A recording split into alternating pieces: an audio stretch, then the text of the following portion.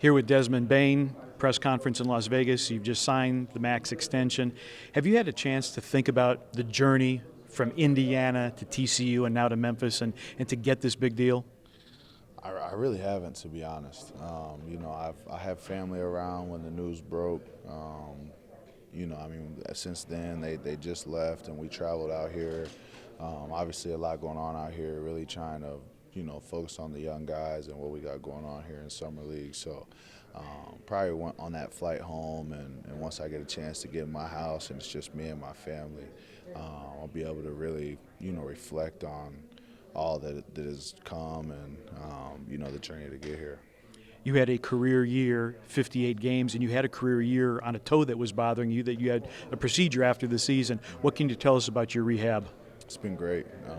Jared Boyd is elite at what he does, and I trust him with my life. It was a decision to get the surgery after the season. What's ultimately best for me moving forward and for the rest of my career. And as far as rehab goes, we're right on schedule, and everything's progressing well. We got to meet Marcus Smart in the press conference yesterday for the first time. You've played against him. Now you have him on your side. What excites you most about having Marcus Smart in Beale Street Blue? Being able to look over my shoulder and know that there's a guy willing to lay it all on the line. It's a reason he was the Defensive Player of the Year, Hustle Award winner, been a part of winning teams his whole career.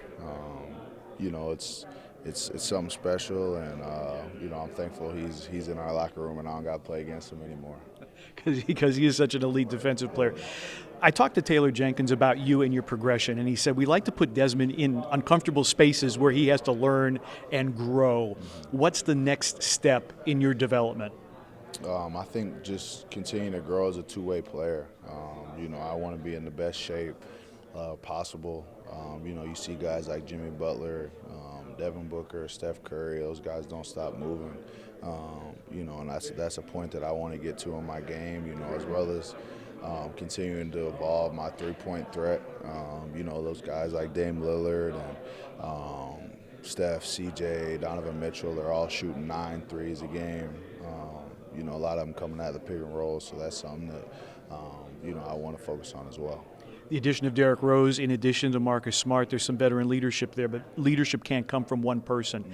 Do you feel that you have a stronger and better voice now as a veteran in the locker room? No doubt. I've been through 3 playoff series. I've signed my deal. I have some ground to stand on. And my work speaks for itself. I've had the respect of the guys, throughout my whole career, just based on the way I work and how I carry myself off the floor as well. I was speaking with Kyle Anderson this morning, saw him in the weight room, and just catching up. And obviously, I'm proud of him, and he's proud of me, and just super thankful to have guys like that kind of help pave the way for me.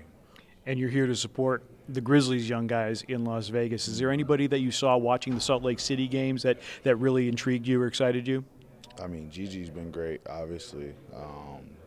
To get a guy like that late in the draft, is great. And Vince has been super consistent, playing well on both ends of the floor. Looks like a legit two-way wing. Hopefully he continues that play out here. And, I thought D-Rod looked good the first game. Jake had a big game in the second game.